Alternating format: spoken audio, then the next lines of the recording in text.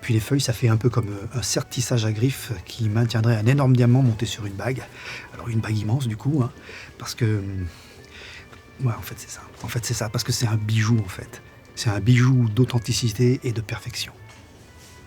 Vous connaissez les fractales ?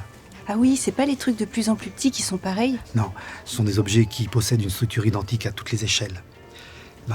C'est ce qui se passe là. Chaque fleurette a une structure identique à l'objet entier.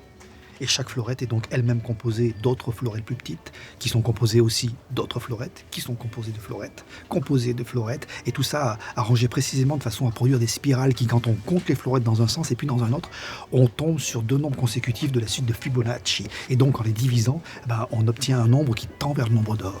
Vous connaissez le nombre d'or ? Pas en entier, non.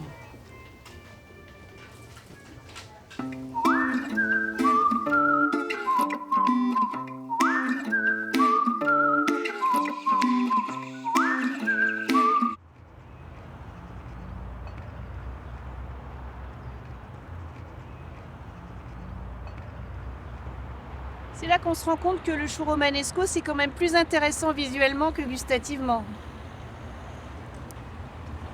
C'est le côté cru. C'est le côté chou aussi.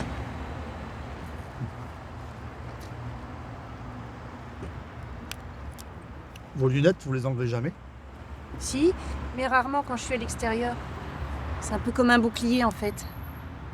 Littéralement, ça me protège des branches qu'il m'arrive étonnamment souvent de croiser.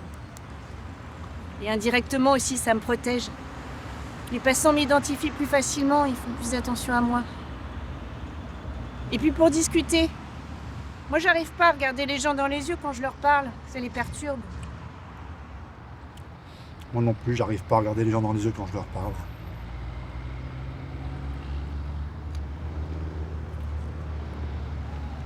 En tout cas, si je vois une branche, je vous préviendrai.